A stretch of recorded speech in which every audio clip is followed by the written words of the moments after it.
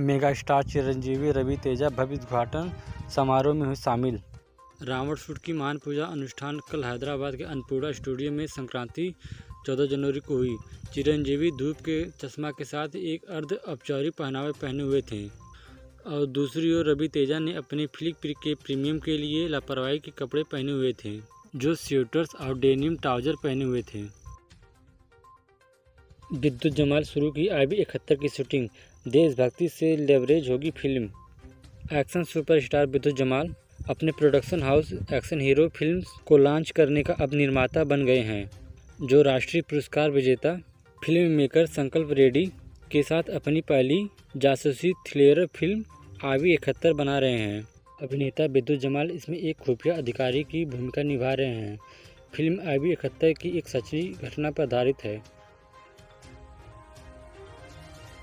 Release हुआ कार्तिक की film का फर्स्ट लुक।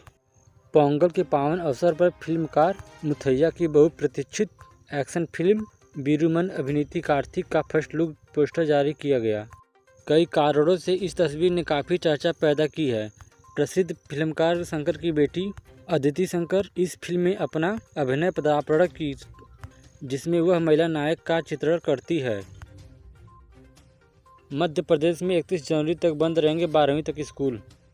मध्य प्रदेश में 1ली से 12वीं तक की स्कूल 15 जनवरी से पूरी तरह बंद रहेंगी। मध्य प्रदेश के मुख्यमंत्री माननीय शिवराज सिंह चौहान ने इसकी घोषणा की। मध्य प्रदेश में कक्षा 10वीं कक्षा 12वीं की बोर्ड परीक्षाएं 17 से 18 फरवरी से शुरू होने जा रही है। कोरोना के बढ़ते संक्रमण के बीच इस बार माध्यमिक शिक्षा मंडल ने परीक्षा केंद्रों का इजाफा किया।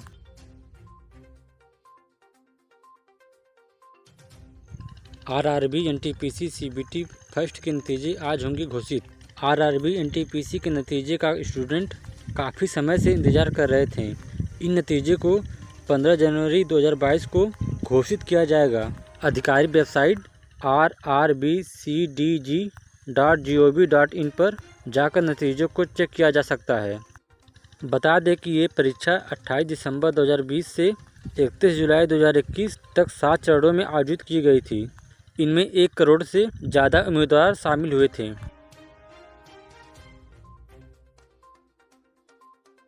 सीटेट पेपर फर्स्ट न देने पाने वाले कैंडिडेट्स को फिर से एग्ज़ाम देने की इजाज़त। केंद्रीय माध्यमिक शिक्षा बोर्ड CBSE ने तकनीकी मुद्दों के कारण 16 दिसंबर 2021 को नहीं हो सकी पेपर फर्स्ट पाली की CTT 2021 परीक्षा को फिर से देने की अनुमति दे दी है। उम्मीदवार सीटेट की आधिकारिक साइट ctet.nic.in पर आधिकारिक नोटिस देख सकते हैं। वे उम्मीदवार जो परीक्षा 16 दिसंबर को शामिल नहीं हो पाए थे, वे 17 जनवरी 2022 को दोपहर 2:30 से शाम 5 बजे तक दूसरी पाली में पेपर फर्स्ट परीक्षा में शामिल हो सकते हैं।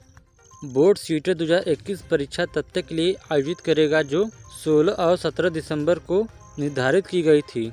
17 जनवरी को परीक्षा सिंगल शिफ्ट में सुबह 9:30 दोपहर 12 बजे तक आयोजित की जाएगी। 21 जनवरी को परीक्षा 2 पालियों में सुबह 9:30 से दोपहर 12 बजे तक और दोपहर 2:30 से शाम 5 बजे तक आयोजित की जाएगी।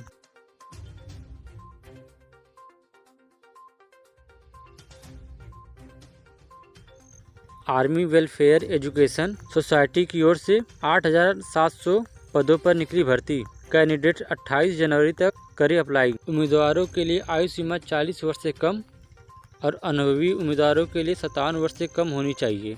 सिलेक्शन प्रोसेस में 3 स्टेज शामिल होंगी। फर्स्ट स्टेज स्क्रीनिंग परीक्षा होगी, दूसरे स्टेज में इंटरव्यू होगा और तीसरे स्टेज में स्किल टेस्ट और कंप्यूटर दक्षता देखी जाएगी। आवेदन की प्रारंभिक तारीख 7 जनवरी 2022, आवेदन की आखिरी तारीख 28 जनवरी 2022। एडमिट कार्ड डाउनलोड करने की तारीख 10 फरवरी 2022। परीक्षा की तारीख 9 और 20 फरवरी तक होगी। PGT और TGT उम्मीदवारों के पास पोस्ट ग्रेजुएशन की डिग्री होनी चाहिए, साथ ही B.Ed की परीक्षा पास होना चाहिए। सरकार का अलर्ट, बात करते समय मर्ज न करें कॉल, खाली हो सकता है आपका बैंक। मोबाइल फ़ोन पर किसी अनजान व्यक्ति से बात करते समय कॉल को मर्ज न करें। ऐसा करने पर आपका सोशल मीडिया अकाउंट हैक हो सकता है। इसके जरिए साइबर अपराधी आपके बैंक खाते तक पहुंच सकते हैं। साइबर धोखाधड़ी लगातार बढ़ते रहे हैं। मामलों को देखते हुए सरकार ने चेतावनी जारी की। इसमें कहा कि साइबर अपराधी को लोगों को ठगने के लिए नए नए तरीके अपना रहे हैं, इसीलिए सतर्क रहने की ज़रूरत है। धोखाधड़ी का शिकार होने पर हेल्पलाइन नंबर 155260 पर शिकायत दर्ज करा सकते हैं। इसके अलावा cybercrime.gov.in पर भी शिकायत करा सकते हैं। पब्लिक वाईफाई से लेन देन करने से बचें। मेट्रो, रेलवे स्टेशन, पार्क समेत ऐसे जगहों पर फ्री वाईफाई की सुविधा होती है। अक्सर लोग इंटरनेट बचाने और फ्री वाईफाई के चक्कर में ऑनलाइन ट्रांजैक्शन भी पब्लिक वाईफाई के जरिए कर लेते हैं। इस स्थिति में अगर आप ऑनलाइन ट्रांजैक्शन करते हैं तो आपकी बैंक से जुड़ी निजी जानकारी उसके पास चली जाती है। इसीलिए ध्यान रखें कि पब्लिक वाईफाई से कभी भी अपने ट्रांजैक्शन ना करें। शहर के बाद अब गांव को भी अपने चपेट में ले रही है कोरोना की तीसरी लहर। कोरोना महामारी एक बार फिर से देश को अपने चपेट में ले रही है। कोरोना के नए वेरिएंट ओमिक्रॉन के मामलों में तेज़ी से बढ़ोतरी को देखने को मिल रही है। चिंता की बात यह है कि संक्रमण शहरी इलाकों के बाद अब ग्रामीण इलाकों में तेज़ी से फैल रहा है। पिछले एक हफ्ते के दौरान ग्रामीण इलाकों में संक्रमण के मामलों काफ़ी तेज़ी से मिल रही हैं। इस साल की शुरुआत की बात करें तो शहरी इलाकों में मुंबई, दिल्ली, चेन्नई, कोलकाता में 50% की संक्रमण के मामले मिले, लेकिन बुधवार को इसमें कमी को दिखने को मिली। इन जगहों पर संक्रमण के अब कुल 35% मामले हैं। शुरुआत में ग्रामीण इलाकों में संक्रमण के कुल मामले सिर्फ 6% थे, लेकिन पिछले 12 दिनों में यह दुगना हो गए हैं और 12% तक पहुंच गए हैं। साल की शुरुआत के 5 दिनों की बात करें तो ग्रामीण इलाकों में कोरोना के कुल 58,000 मामले ही थे, लेकिन पिछले 5 दिनों की बात करें तो यहां संक्रमण की संख्या 2.12 लाख तक पहुंच गई है, जो कि 266% की बढ़ोतरी है। इसी समय अगर शहरी इलाकों की बात करें तो संक्रमण के मामले 1.8 लाख से बढ़कर 6 लाख तक पहुंच गए हैं, जो कि 233% की बढ़ोतरी है। भारत में गुरुवार को कोरोना के 2,59,291 मामले सामने आए थे, जो कि तीसरी लहर में एक दिन में सर्वाधिक मामले हैं। बुधवार को 18.86 लाख लोगों का टेस्ट किया गया था। महाराष्ट्र में कोरोना के 46,000 से ज़्यादा केस। मुंबई में थोड़ी राहत। देश में कोरोना संक्रमण की रफ्तार थमने का नाम नहीं ले रही है। खतरे को देखते हुए केंद्र से लेकर राज्य सरकार की बैठक लगातार जारी है। भारत में पिछले 24 घंटों में कोरोना वायरस के 2,47,417 नए मामले सामने आए और 84,825 लोग स्वस्थ हुए। इस दौरान 380 लोगों की मौत हुई। कोरोना की यह रफ्तार दूसरी लहर से भी तेज हो गई है।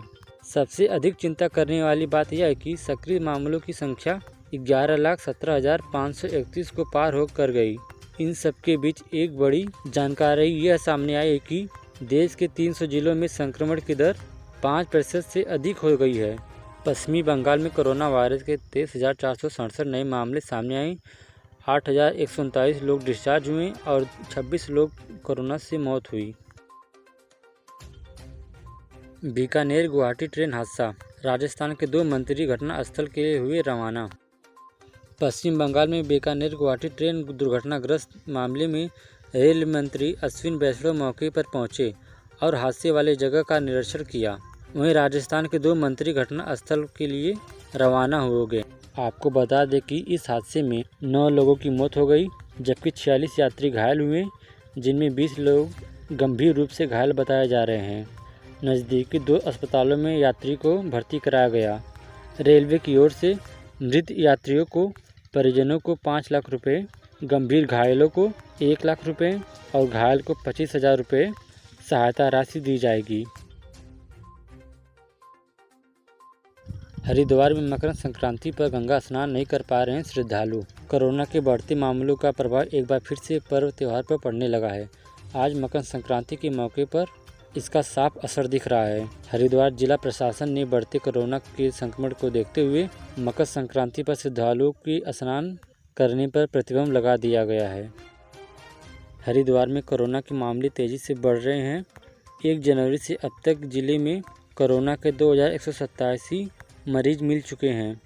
बीते 13 दिनों में गुरुवार को सबसे ज़्यादा 429 मरीज मिले हैं। अंडर 19 विश्व cup West Indies coach flied refer ने कहा कि 2 हार के बावजूद टीम अगले मैच में अच्छा प्रदर्शन करेगी। वेस्ट इंडीज के अंडर 19 कोच फ्लाइड रिफर ने शुक्रवार को यहां ऑस्ट्रेलिया के खिलाफ आईसीसी पुरुष क्रिकेट विश्व कप से पहले कहा कि वेस्ट इंडीज की टीम को पिछले 2 मैचों को हार का सामना करना पड़ा। हालांकि टीम को हार से ज़्यादा फर्क नहीं पड़ा है। टीम मजबूत है और वे अपनी आने वाले मैचों में अपना सर्वश्रेष्ठ देंगे। वेस्ट इंडीज टीम भारत और दक्षिण अफ्रीका टीम से मैच हार गई थी। टीम अब ऑस्ट्रेलिया के खिलाफ मैच खेलेगी।